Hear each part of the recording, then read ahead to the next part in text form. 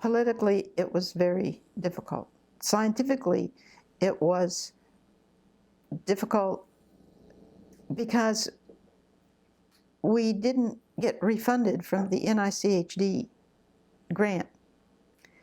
And NICHD had said, we don't really believe that Ted is really trying to create a research facility. It's more like he's trying to create a zoological facility or something else. We don't know what he's trying to do.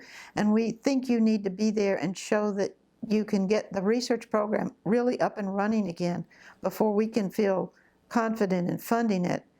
And we would like you to submit a smaller proposal than the one I originally submitted. So I submitted a smaller proposal, but the PR department wanted me to put the people that worked with the orangs, Carol Swartz and Rob and Ben and a few other people, in the grant. So I included them in the grant, and NICHD would not support any of them. And so NICHD said, look, just take it down to yourself and Patricia Greenfield and Bill Hopkins. Put in just those 3 proposals, and you will get funded.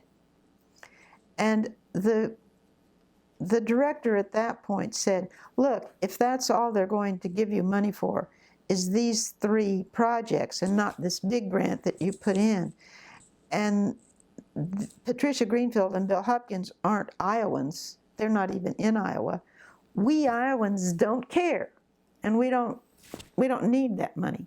So after an NICHD grant that began in 1970 and had run all the way up until 2004, I guess, it was just cut off, because when the government says to you, this is what we'd like to see you do, and this is what we'll fund you to do, and you say, oh, no, thank you.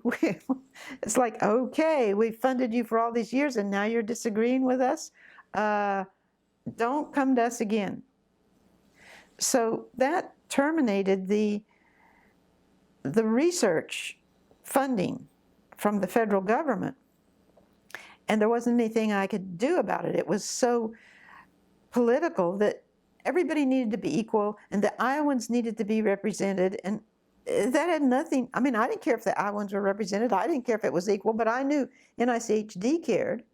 And then the Smithsonian came, and they wanted to do, a presentation in the Smithsonian, which I guess is still up, I don't know. And they didn't want to include the orangs and Rob and Ben. Well, that was just terrible. They weren't including the Iowans, and they weren't treating the project separately, as though I could do anything about that. There was this lack of understanding, even on Ted's part, that if the science isn't equivalent, you can't keep representing it as equivalent to the rest of the world and have any credibility.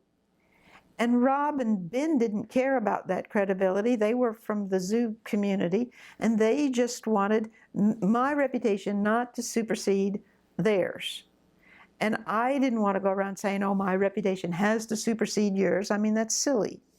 But it was the publication of the JAWS article that I think that made people feel that if Sue's going to say this in that kind of a journal, and she's going to put the Bonobos on as co-author, who knows what she might do next. And we can't survive if she does. So we've got to, Bill used to always refer to it as putting the collar on Sue.